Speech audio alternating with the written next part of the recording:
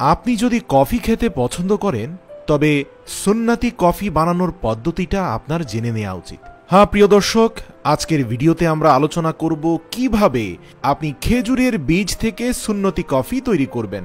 সাধারণ বাজারে পাওয়া কফি থেকে এই সুন্নতি কফির গুণাগুণ 5 গুণ বেশি। মজার ব্যাপার, সাধারণ কফি খেলে বুক ধড়ফড় হতে পারে, পেটে গ্যাস অ্যাসিডিটি হতে পারে। এই সুন্নতি কফি খেলে আপনার মেটাবলিজম পাওয়ার বৃদ্ধি পাবে, গ্যাস অ্যাসিডিটি দূর হয়ে যাবে, আর মানসিক মৌনতা বিষণ্ণতা কাটিয়ে আপনি চাঙ্গা হয়ে উঠবেন।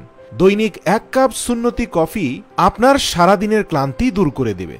প্রিয় দর্শক, ক্যাফেইন ছাড়া কফি তৈরি করা হয়ে থাকে খেজুরের বীজ থেকে, আর আজওয়া খেজুরের বীজ থেকে তৈরি কফিকে সুন্নতি কফি এজন্যই বলা হয়ে থাকে কেননা একবার হযরত সাদ রাদিয়াল্লাহু তাআলা আনহু অসুস্থ হয়েছিল।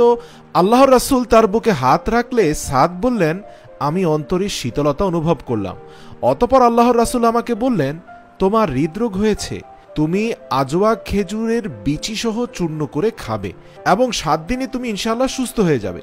এই জন্য মেডিকেল সায়েন্টিস্টরা গবেষণা করে দেখেছেন আজওয়া খেজুরের বীজ থেকে তৈরি এই কফির গুণাগুণ অসাধারণ। এটা হৃদরোগের ঝুঁকি কমায়, গ্যাস অ্যাসিডিটি দূর করে, মেটাবলিজম পাওয়ারকে উন্নত করে। এই কফিতে রয়েছে ভিটামিন, মিনারেল ও অ্যান্টিঅক্সিডেন্ট এবং এতে আছে পর্যাপ্ত পরিমাণে phosphorus, magnesium, calcium, iron, zinc, polyphenol ও পটাশিয়াম। এই কফিতে অ্যান্টিঅক্সিডেন্ট থাকায় এটি ফ্রি রেডিকেল এবং মানুষের স্ট্রেস বা দুশ্চিন্তা কমাতে পারে এবং রোগ প্রতিরোধ ক্ষমতাকে শক্তিশালী করে। এটা একাধারে ক্যাফিন মুক্ত, শক্তিদায়ক, হজমে সহায়ক। এটা কোলেস্টেরলের বিরুদ্ধে কাজ করে, দীর্ঘদিনের ডায়াবেটিসকে দূর করে, কিডনি লিভারের সমস্যাকে দূর করে। প্রিয় দর্শক, চলুন জেনে নেওয়া যাক কিভাবে আপনি আজওয়া খেজুরের বীজ থেকে সুন্নতি কফি তৈরি করবেন। বলে রাখা ভালো, আপনি যে কোনো খেজুরের বীজ থেকেই এই কফি তৈরি করতে পারেন, তবে আজওয়া খেজুরের বীজ থেকে তৈরি কফিটাকেই আমরা সুন্নতি কফি বলবো। সর্বপ্রথম খেজুরের বীজগুলোকে ভালো করে পরিষ্কার করে ধুয়ে নিন এবং তারপরে রোদে শুকিয়ে নিন। তারপর একটি প্যান বা পাত্রে হালকা আগুনে ভাজতে থাকুন। অনেক সময় ভাজতে হবে, এমনভাবে ভাজবেন যেন সেগুলো পুড়ে না যায়। এক্ষেত্রে অবশ্যই আপনাকে চুলোর আঁচটা কমিয়ে দিতে হবে। এরপর যখন এগুলোর গায়ের রং পরিবর্তন হয়ে যাবে, ভালো করে ভাজা হয়ে যাবে, ভেতরে কোনো জলীয় বাষ্প থাকবে না, তারপর এগুলোকে উঠিয়ে গরম গরম ব্লেন্ড করে নিন। আপনি যখনই ব্লেন্ডার মেশিনে দেবেন তখন এগুলো একদম মিহি হয়ে যাবে এবং দেখতে হুবহু কফির মতো মনে হবে।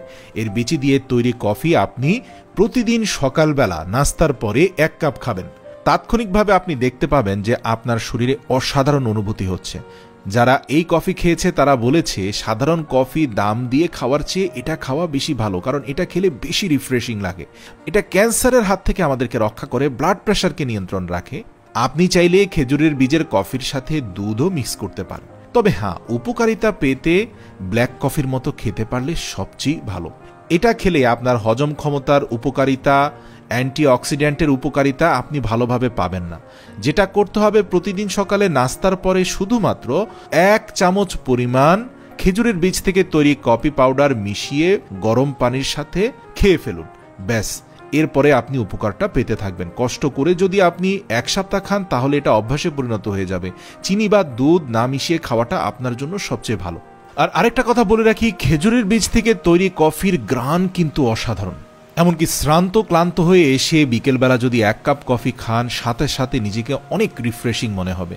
তাই অনুরোধ করব, যারা কফি পছন্দ করেন তারা এখন থেকে এটা ট্রাই করবেন এবং 2-1 বার খেলেই বুঝতে পারবেন এটা কতটা সুস্বাদু।